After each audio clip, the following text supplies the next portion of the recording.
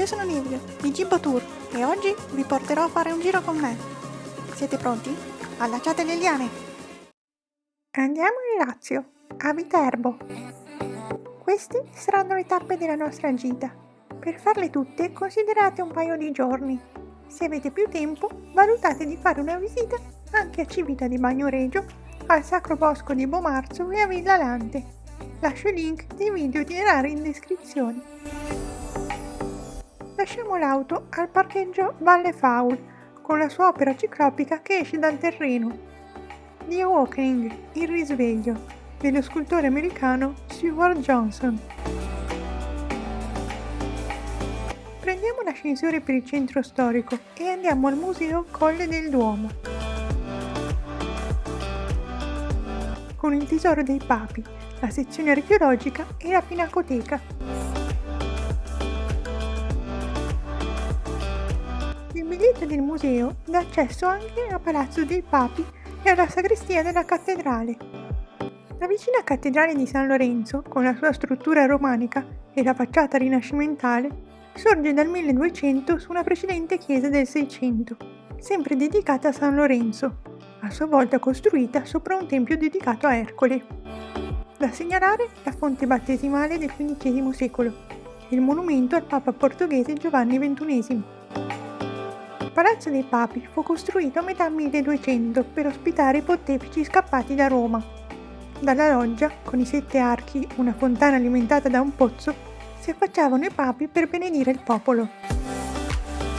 La sala del conclave era prima della storia. A fine 1200 i cardinali ci stavano mettendo troppo tempo per eleggere il nuovo papa. Così i viterbesi li rinchiusero a pane e acqua in questa sala, sotto chiave, conclave, per cercare di velocizzare la decisione. Ci vollero comunque più di 1000 giorni per la scelta del nuovo papa. Passiamo da Palazzo Farnese, un edificio del 1200, acquistato da Ranuccio Farnese, tesoriere della chiesa. Vediamo la fontana di San Tommaso, o della Morte, una delle più antiche della città. E arriviamo alla fontana del Piano. Qui un servo di Papa Urbano V lavò un cane con l'acqua che gli abitanti usavano per bere. I viterbesi si rivoltarono al Papa, che per ripicca fece distruggere la fontana e molte delle case intorno. Questo è il quartiere Piano Scarano, un tempo unito al quartiere San Pellegrino dal ponte del Paradosso, che passava sul fiume. Ora interrato, è diventato Corso del Paradosso. Passeggiamo per il centro storico medievale, che è il più grande d'Europa.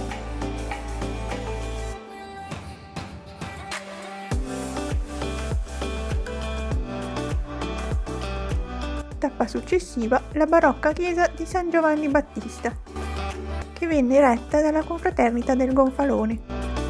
Gli affreschi dell'interno hanno effetti ottici da lasciare a bocca aperta. Se siete fortunati riuscirete a fare una visita guidata con uno dei volontari. Nella chiesa di Santa Maria Nuova erano conservate le finanze comunali e qui si tenevano le adunanze cittadine. Sulla facciata di questa chiesa secolare si trova la testa del dio Giove, a testimonianza del precedente culto della struttura. Secondo il fantasioso Annio da Viterbo, invece, questo confermava la fondazione della chiesa da parte dei discendenti di Ercole. Dal suo pulpito predicò anche San Tommaso d'Aquino nel 1266. Il chiostro fu riscoperto solo nel 1954, dopo secoli di sepoltura. La chiesa del Gesù, già detta di San Silvestro, è precedente all'anno 1000. Qui Guido di Montfort uccise il principe Enrico di Cornovaglia nel 1271. Questo episodio è ricordato nella Divina Commedia. Se non soffrite di claustrofobia, considerate una visita alla Viterbo sotterranea, un percorso di 200 metri di gallerie scavate nel tufo.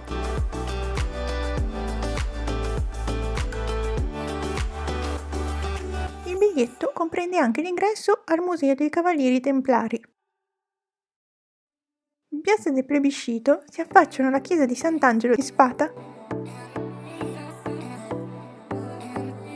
il Leone di Viterbo, simbolo della città e stemma araldico, e Palazzo dei Priori. La fontana nel cortile del palazzo è del 1600. Nella sala regia ci sono degli affreschi unici di fine 1500.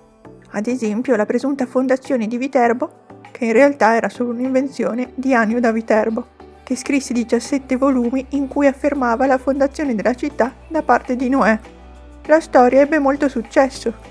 Per confermare queste idee completamente inventate, Annio produsse anche dei finti reperti archeologici e persino Papa Sisto boccò la fake news e fece decorare la sala con questa storia. Passiamo da Piazza delle Erbe, con la sua Fontana dei Leoni.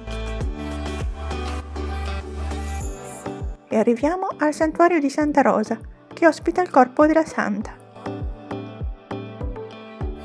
Ogni 3 settembre una processione con un baldacchino alto 30 metri, detto Macchina di Santa Rosa, con in cima la statua della Santa, viene portato per le vie della città da circa 100 uomini. Sono i facchini di Santa Rosa. Qui finisce la nostra visita. Iscrivetevi al canale Gibbo Tour per nuovi itinerari. Potete seguirmi anche su Instagram e Facebook per rimanere sempre aggiornati sulle curiosità di viaggio.